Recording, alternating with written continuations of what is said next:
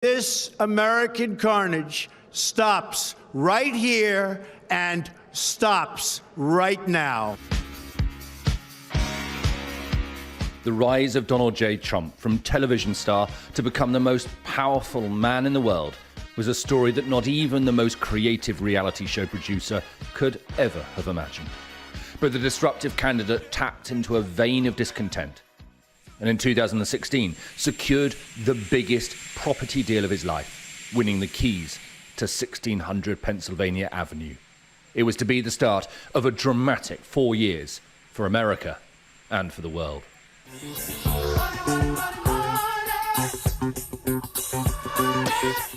He made his name as a New York property developer, but it was The Apprentice that gave Donald Trump the platform and audience he needed to run for office.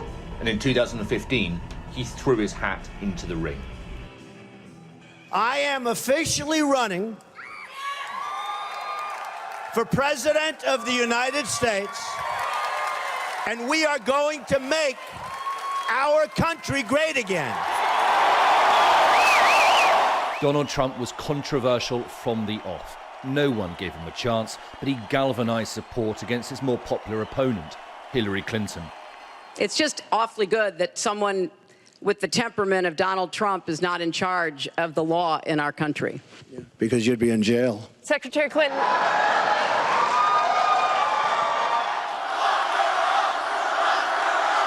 He vowed to make America great again and didn't care how he achieved it. His campaign promise to build a wall on the border with Mexico to keep immigrants out was dismissed as immoral and inhumane. Who's going to pay for the wall? But his base in the red Republican states loved it. Trump's tactics might have been crass, but they worked. In November 2016, he squeezed home, defeating Clinton and leaving the world open-mouthed. And confirm that Donald Trump will be the 45th President of the United States. On January the 20th, 2017, Donald Trump swore the oath and took office, the 45th President of the United States of America.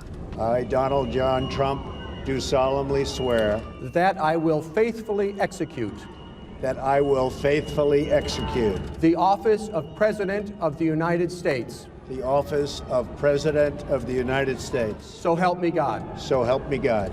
Congratulations, Mr. President. Trump would thrive on running battles between his version of the truth and the establishment's record of events. So look at all that news back there. Look at all that fake news. He coined the term fake news and weaponized it to his advantage. Don't be... No, I'm not going to give you a question. I'm not going to give you a question. You are fake news. Go ahead.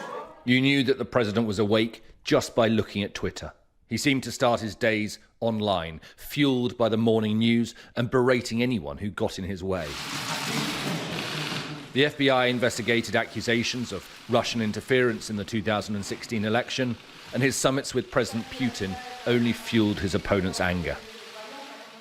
And then there were the revelations that he tried to coerce Ukraine into helping him score points against his rival Joe Biden. The Democratic Party here on Capitol Hill saw it as their opportunity to remove him from office, but it failed.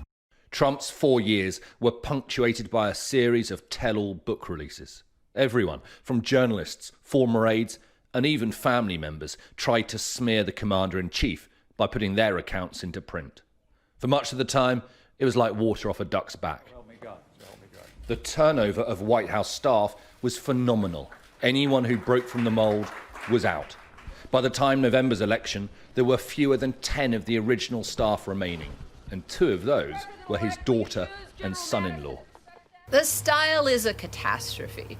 The style has uplifted extremist rhetoric, allied the office of the presidency with some of the lowest and most extreme elements in our society.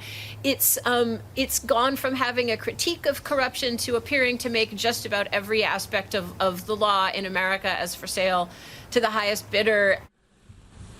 President Trump split the nation and divided the world. My administration has accomplished more than almost any administration in the history of our country. America's so true.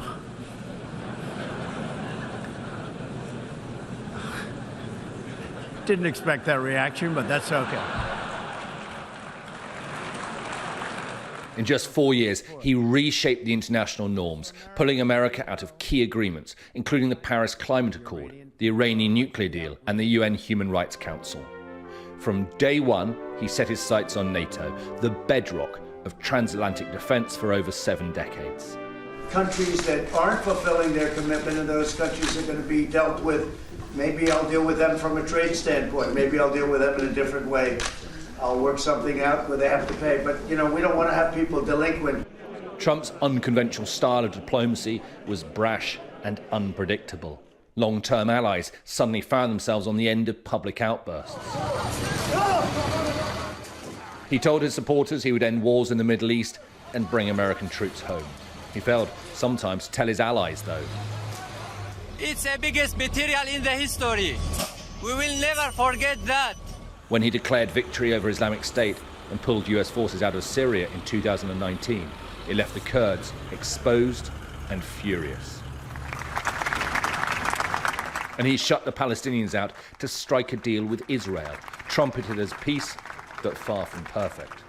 The normalization of relations between Israel and the Gulf states was a small coup, no doubt, but the Palestinians' anger hasn't gone away, and neither have the Middle East's problems. You have seen a decrease of military engagements of the U.S. around the world. I mean, it's the first presidency in a very long time where you didn't see the active military being moved in to be some type of peacekeeping force. You saw the president commit to his word of trying to bring home the troops from Afghanistan, of trying to bring home the troops from Iraq. He brought the art of the deal from the boardroom to the Oval Office, and there was a pattern. First, threaten. Rocket Man is on a suicide mission for himself and for his regime. Then, flatter. And it's my honor, and we will have a terrific relationship, I have no doubt. Occasionally it worked, more often it didn't. China grew stronger and became public enemy number one. The transactional commander-in-chief aimed his sights on Beijing, first over trade, and more recently over COVID. What he has done with China, for better or for worse, is to turn it, in the view of the world, and certainly in the view of the United States, from being a partner to being an adversary.